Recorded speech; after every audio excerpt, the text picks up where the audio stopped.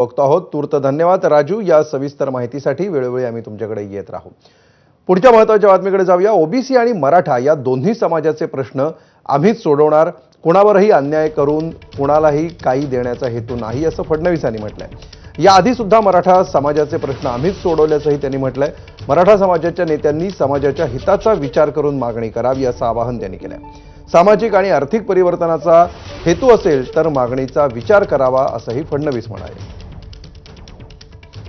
दोन्ही समाजाला माझी विनंती आहे की शासन दोन्ही समाजाच्या हिताचा विचार करेल। कुठल्याही समाजाला दुसऱ्या समाजासमोर आणण्याचा शासनाचा हेतू नाही। त्यामुळे कोणावर अन्याय करून कोणाला देण्याचा प्रश्न नाही आहे। दोघांचे प्रश्न आम्ही सोडवणार आहोत।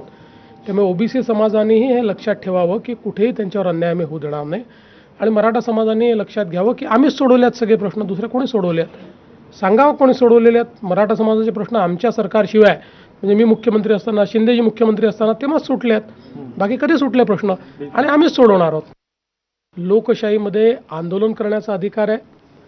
लोकतांत्रिक पद्धतीनं जेवढी आंदोलनं होतील त्याला आमची ना नाही। त्याला आम्ही सामोरं जाऊ, आवश्यक तेवढी चर्चा करू, लोकशाहीच्या चौकटीत त्याच्यावर काय जे काही उपाय करता येतील ते उपाय आम्ही करू। एवढीच माझी अपेक्षा आहे की कुठलेही आंदोलन हे लोकशाहीच्या चौकटीबाहेर जाऊ नये। इथे तर माननीय उच्च न्यायालयाने चौकट आखून दिली आहे।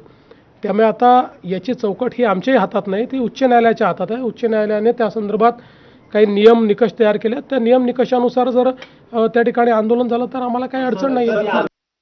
दाव्यानं सांगतो की मराठा समाजाकरताचे निर्णय मी मुख्यमंत्री असताना आणि त्यानंतर शिंदेसाहेब मुख्यमंत्री असतानाच झाले आहेत। अण्णासाहेब पाटील आर्थिक विकास महामंडळ का 15 वर्ष डिफंक्ट होतं?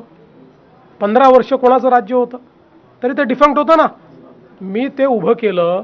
शिक्षणाच्या योजना, त्या ठिकाणी वसतिगृहाच्या योजना, वसतिगृह होत नाही तोपर्यंत भत्त्याच्या योजना, सगळ्या आम्ही केलेल्या योजना आहेत।